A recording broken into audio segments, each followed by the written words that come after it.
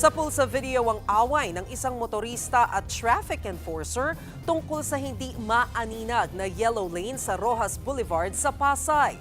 Iginigiit kasi ng motorista na burado na ang linyang pinagdidiinan ng enforcer. Yan at iba pang aksyon sa lansangan sa Frontline Report na ito.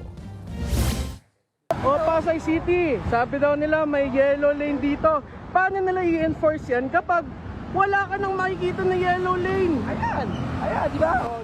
Sa pulsa viral video ang pagtatalo ng isang motorista at traffic enforcer sa Roxas Boulevard sa Pasay City. Ang ugat niyan, ang nabubura at hindi na maaninag na double yellow line sa kalsada. Sa inilabas na dashcam ng uploader, bago pa man makarating sa EDSA Roxas Boulevard flyover, nagsignal siya bago lumipat ng lane.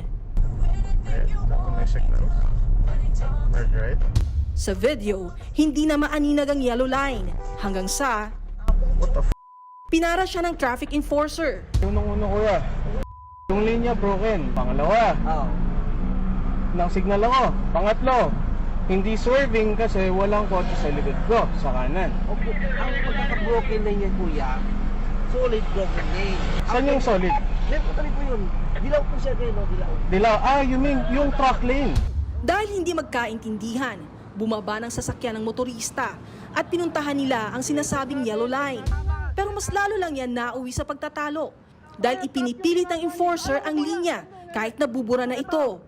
Paglilinaw naman ng enforcer, hindi niya hinuli ang motorista. Kung inuli kita ka sa lisensya mo, wala. O di, ayun di kayo inuli. Sa huli, hindi na natikita ng motorista. Ayon sa motorista, nung nakaraang linggo lang, nagtikitan sa parehong kalsada ang kanyang kaibigan dahil sa improper change lane. Naghain na siya ng reklamo sa Pasay LGU. Tumangging humarap sa kamera ang Pasay Traffic and Parking Management Office, pero iniimbestigahan na nila ang reklamo.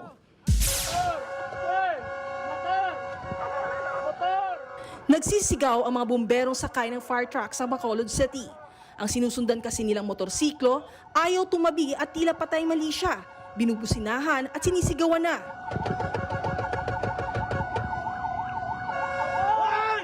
Mapapansin ding may isa pang truck ng bumbero sa unahan ng motorsiklo. Ayon sa Bacolod City Fire Station, 1 minuto ring nakaharang ang rider. Kaya na-delay ang pag-apula sa nirespondihan ng sunog at tuluyang natupok ang bahay. Naglabas na ng show cause order ang LTO para pagpaliwanagin ng rider na nabisto ring walang lisensya, na pag-alaman ding hindi kanya ang motorsiklo. Kaya patong-patong na reklamo ang posible niyang kaharapin. Nagbabalita mula sa Frontline, Malu Echeverria, News 5. Mga kapatid, Mean Los Baños po, huwag magpahuli sa mga balita at impormasyong dapat ninyong malaman. Para sa mas malawak na balitaan at diskusyon, mag-follow at mag-subscribe na sa social media pages ng News 5.